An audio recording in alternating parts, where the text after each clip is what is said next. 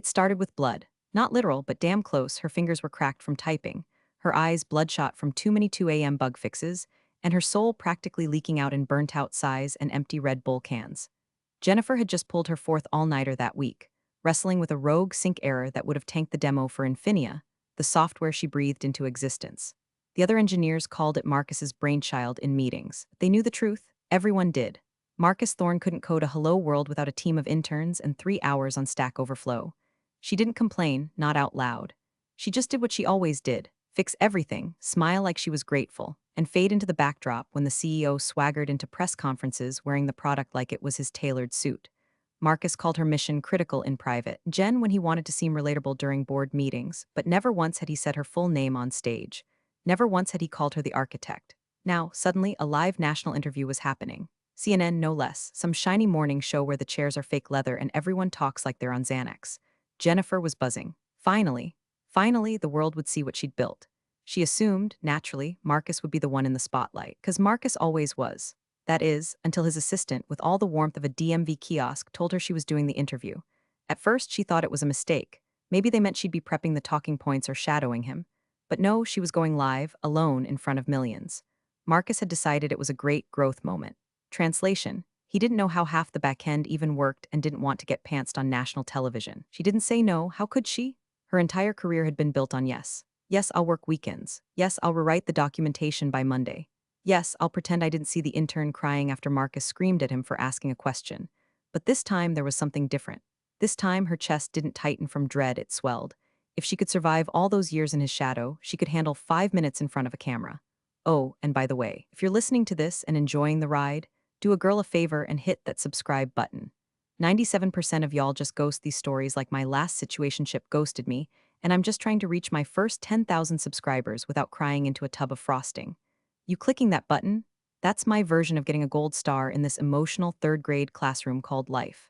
Anyway, back to Jennifer. The days leading up to the interview were a blur of corporate prep sessions, media training boot camps, and endless back and forth with the PR team, who edited her every word until it sounded like she was pitching a toaster instead of a revolutionary project management suite. Don't say game changer, it's cliché, they'd say, then replace it with disruptive synergy like that wasn't verbal flatulence. Jennifer kept quiet through it all. She memorized the script. She practiced smiling in the mirror until her jaw locked up. She reminded herself this was her moment, even if it came wrapped in Marcus's strings. But even as she recited their lines, she made a secret vow. If the opportunity opened, even a crack, she'd slip something real through it. A single, honest sentence about the work she did. A name drop for her team. Anything to remind the world that there were humans behind the machine.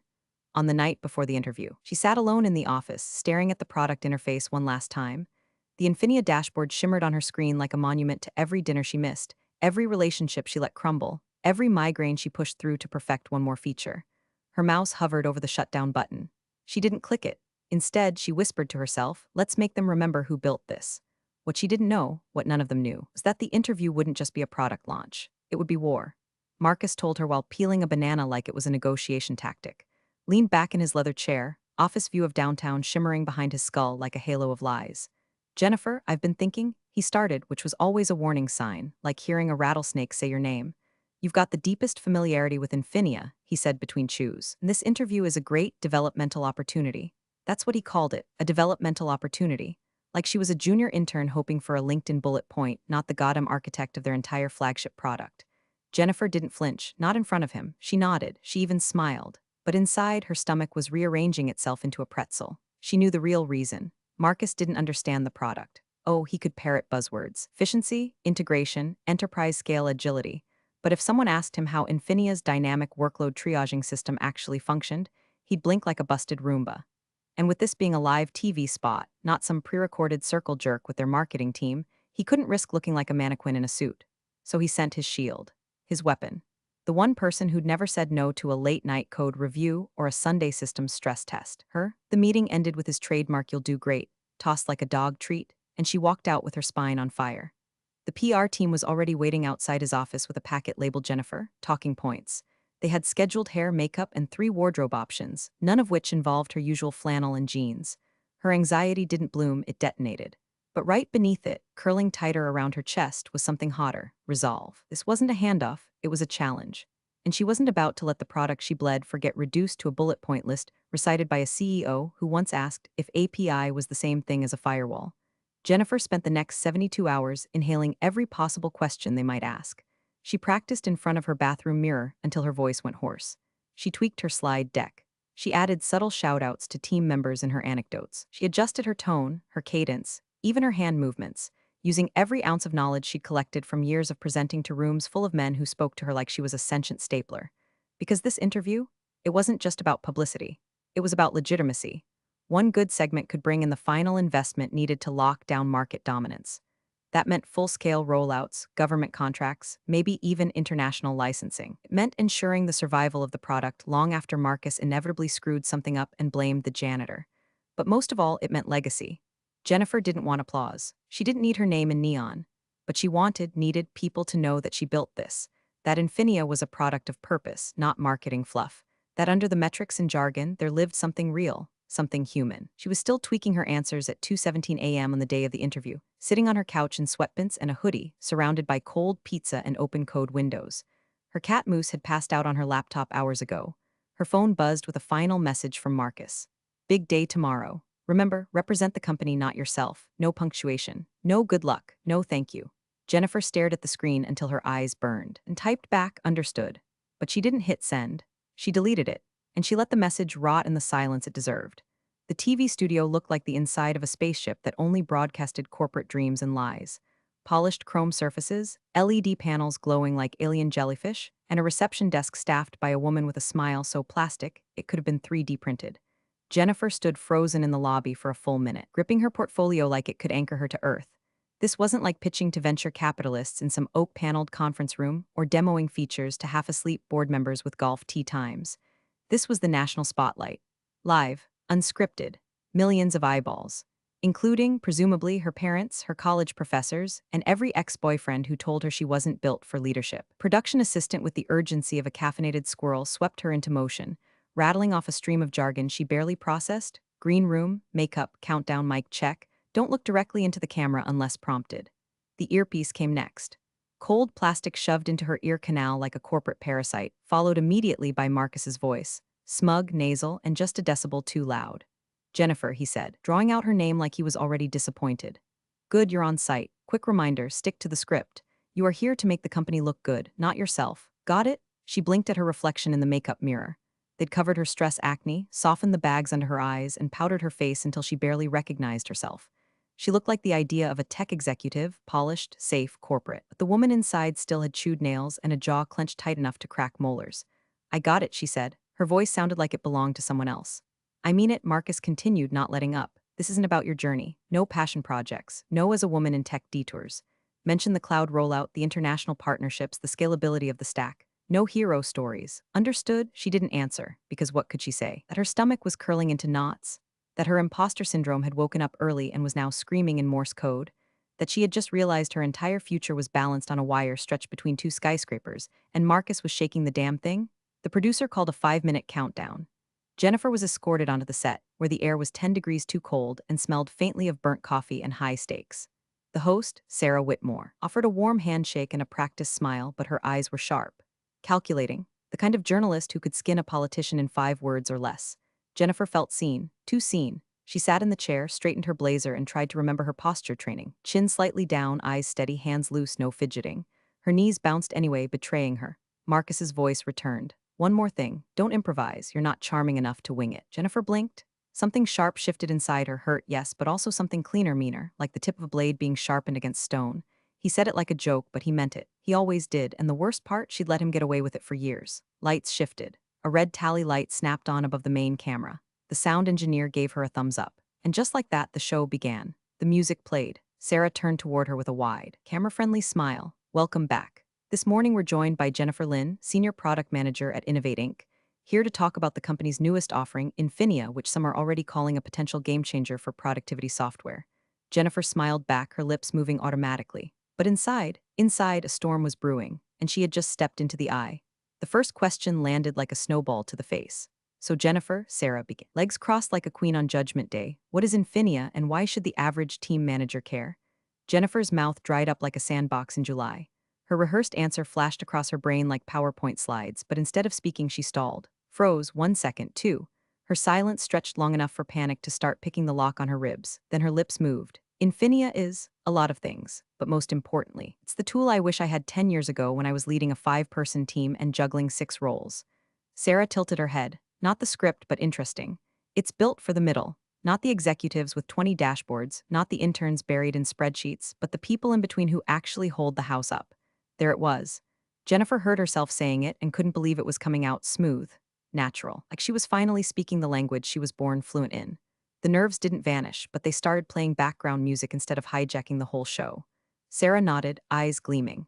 Can you give an example? Sure, Jennifer said, sitting a little taller.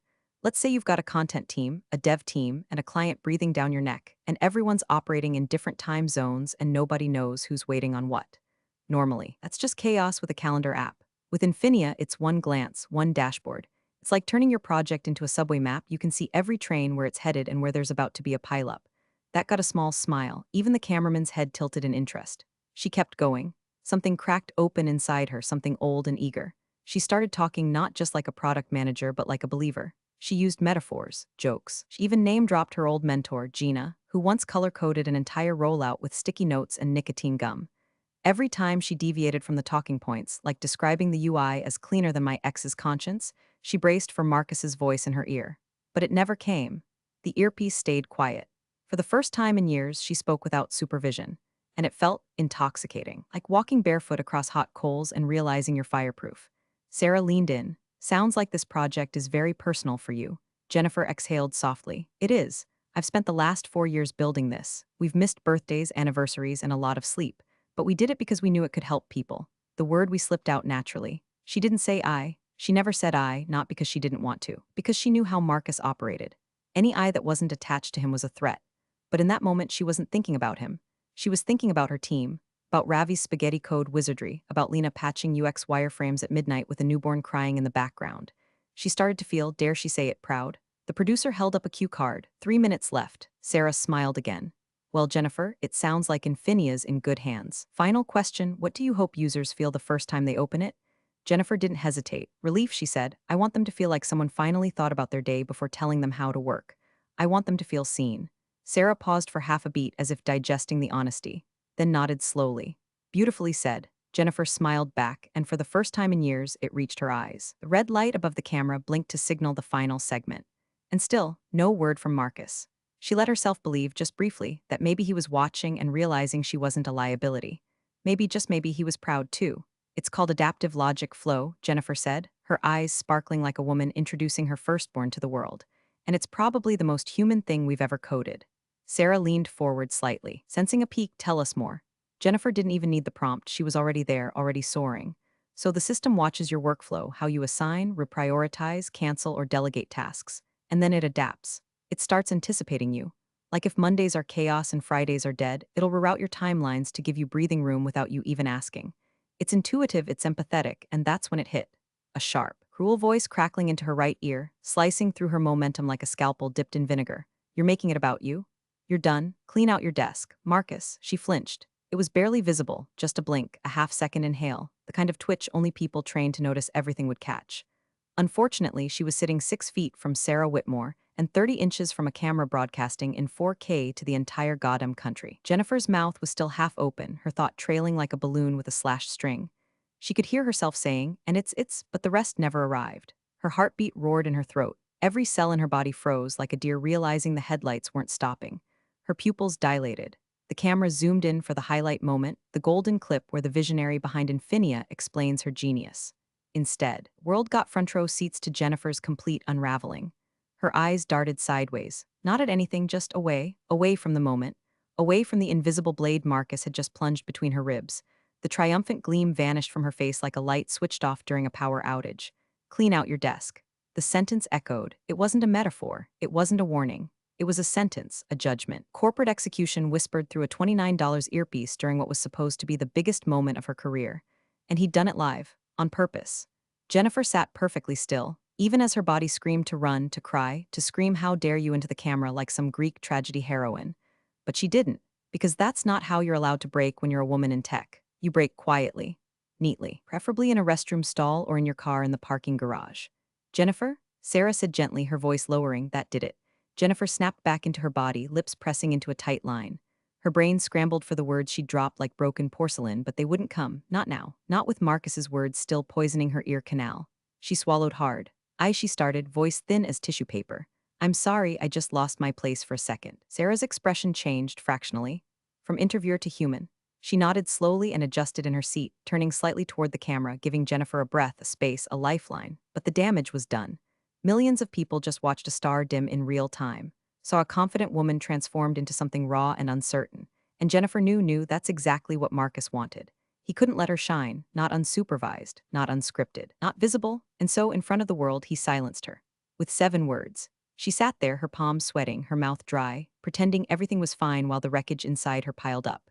And somewhere, in a corner office 3 floors above hers, a man in a designer suit probably leaned back in his ergonomic chair and smiled. Sarah Whitmore had interviewed presidents, war veterans, and oil execs slicker than Teflon in a rainstorm, but the look on Jennifer's face, that glassy, haunted stare, that was something else, that was real. Not nerves, not stage fright. It was the look of someone who had just been stabbed mid-sentence and told to smile through it. She pivoted instantly. Gone was the upbeat tempo of the tech segment. Gone was the rehearsed banter and the cue cards in the producer's hand. Sarah leaned in just slightly, lowering her voice so subtly it felt like a whisper across a bar booth. It seems, she said carefully, there's a bigger story here. A pause. Then the words that would crack everything open tell us. Jennifer didn't move, the air around her felt thick, electric. The silence was deafening, every person in the studio held their breath, the crew frozen behind cameras and monitors like statues caught mid-blink. Inside Jennifer's chest, humiliation thrashed like a feral animal, chewing its way through her ribs. But beneath that, deep in her gut, another emotion had ignited, one far more dangerous. Rage, not the messy, screaming kind, the cold, sharp kind, the kind that didn't melt down it planned, it remembered. She thought of the late nights, the missed birthdays, the migraines, the time she had walked Marcus through a basic integration at 3 a.m. because he didn't understand what a webhook was and blamed the system crash on rogue data. She thought of every team member whose contributions were erased, every young woman who joined the company bright-eyed and left hollow. She thought of the time Marcus stood at a tech conference stage and called her Jennifer Lynn, or is it Lynn? My bad, while taking credit for her feature. And now this, fired like a dog in public, on air, in a whisper meant to erase her. Jennifer took a deep breath, her shoulders straightened, and she looked directly into the camera. Yes, she said. Her voice didn't shake, it rang. Yes, there is. The studio was silent. Even Sarah's eyebrows lifted a fraction. My name is Jennifer Lynn. I was the lead developer of Infinia. I wrote the architecture. I designed the adaptive logic. My team built every single feature you just heard about. A pause. Jennifer's hands trembled just slightly, but she didn't stop. Couldn't, and I was just fired. Live on your show, by the CEO of my company. Gasps didn't echo in studios. The soundproofing swallowed everything, but you could feel it. Crew shifting, the ripple moving through earpieces to the control room. Producers scrambling to decide whether to cut or lean in. Sarah didn't blink. She kept her eyes locked on Jennifer. Do you want to keep going? Jennifer nodded slowly. Yes, I do. The producer offstage made a cutting gesture, rapid. But Sarah didn't move. She sat perfectly still, the corners of her mouth twitching in what might have been the birth of a smirk. She smelled a story, a big one. Jennifer swallowed, heat rising in her chest. I have nothing left to lose, she said. And just like that, a new path appeared before her. Not lit, not smooth, but real. She was no longer a corporate pawn. She was the whistleblower, the one who didn't break in private but burned in public. And for the first time in her entire career, her story belonged to her. The moment the segment cut, the room snapped into chaos. Producers swarmed like ants on a dropped popsicle. Earpieces screaming, hands waving, someone yelling get legal on the line. While Sarah stood completely still, her microphone still hot, her expression unreadable. Jennifer just sat there, blinking like she'd been tossed from a moving train. Cut to commercial, someone barked. The screen above her head went dark. Sarah turned to her with a voice like velvet over steel. That took guts. Jennifer nodded, her ears ringing, her throat raw. Her hands, now resting in her lap, felt foreign, like they belonged to someone else, someone dangerous, someone who had just lit a corporate fuse and walked away without flinching. A production assistant tried to usher her offstage. She stood on autopilot. Her heels felt too high, her skin too tight, like she was wearing the life of someone else and it didn't fit anymore. By the time she reached the studio lobby, her phone was vibrating nonstop. 37 unread texts, 12 missed calls, notifications stacked like a digital avalanche. She opened one text from Ravi. Holy shit, Jen. What just happened? Another from Lena. We are all behind you. You just did the bravest thing I've ever seen. And then her LinkedIn, already exploding, posts, shares, clips. One tagged her with the caption, Woman fires back. Lead dev fired live for telling the truth. A 7-second video of her declaration had already hit 200,000 views. By the time she reached the sidewalk, it was pushing 500,000. She was a trending hashtag before she even reached the Uber queue. She stood on the curb, watching the city blur around her. The air felt different now, less oxygen, more consequence. Her phone buzzed again, this time from an unknown number. No name, just the message, your badge access has been revoked. HR will be in touch. A second message followed, per your NDA. Any further disclosure may result in legal action. No salutation, no signature. Jennifer looked at the words, then she screenshot them, saved them to a folder, and renamed it Evidence. By the time she got home, her work laptop had already shut itself down. VPN access denied. Cloud files inaccessible.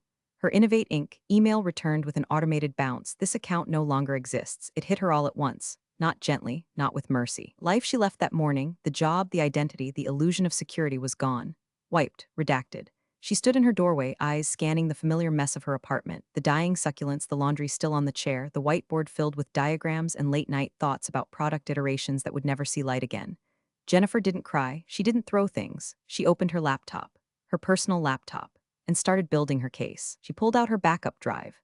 She found every email Marcus ever CC'd her on and never read. Every presentation she ghostwrote that was signed with his name. Every Slack message where she'd been dismissed, condescended to, or straight up stolen from.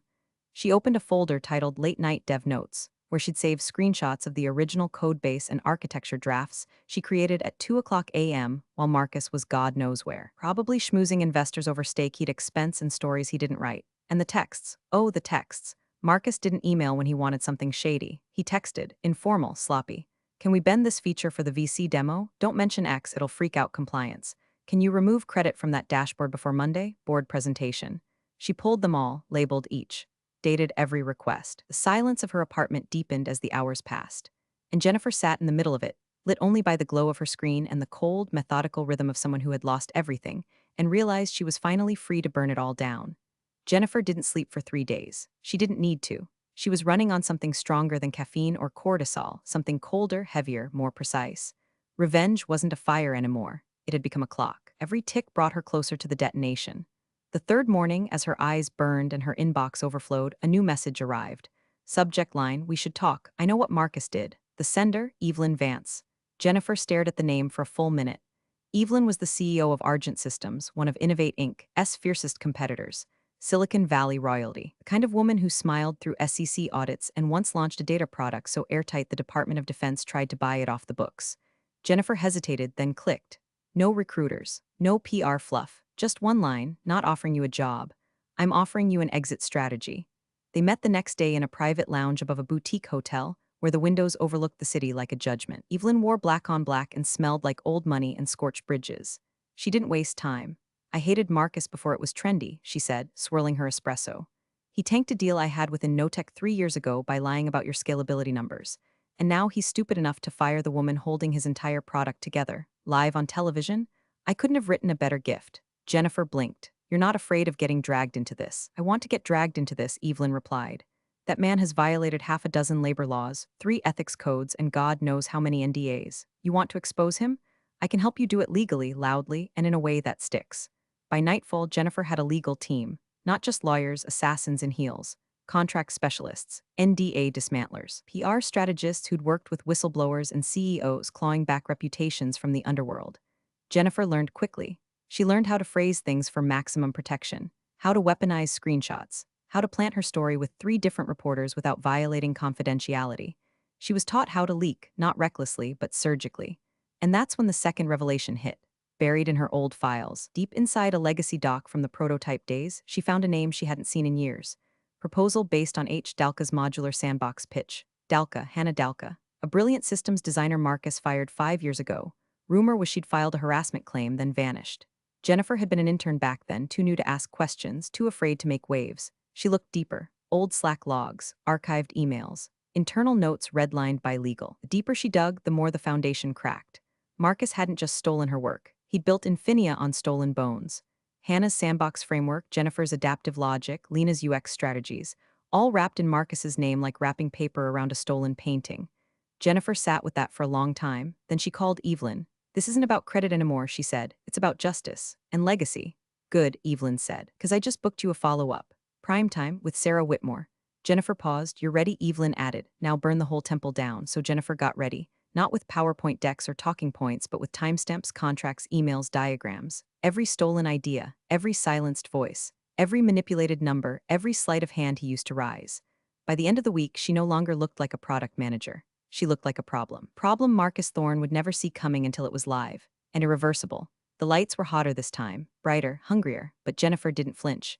She sat in the same seat as before, only now her posture wasn't nervous. It was deliberate, anchored. Her suit was sharper. Hair clean, pinned back, eyes forward. This wasn't the girl who blinked her way through betrayal.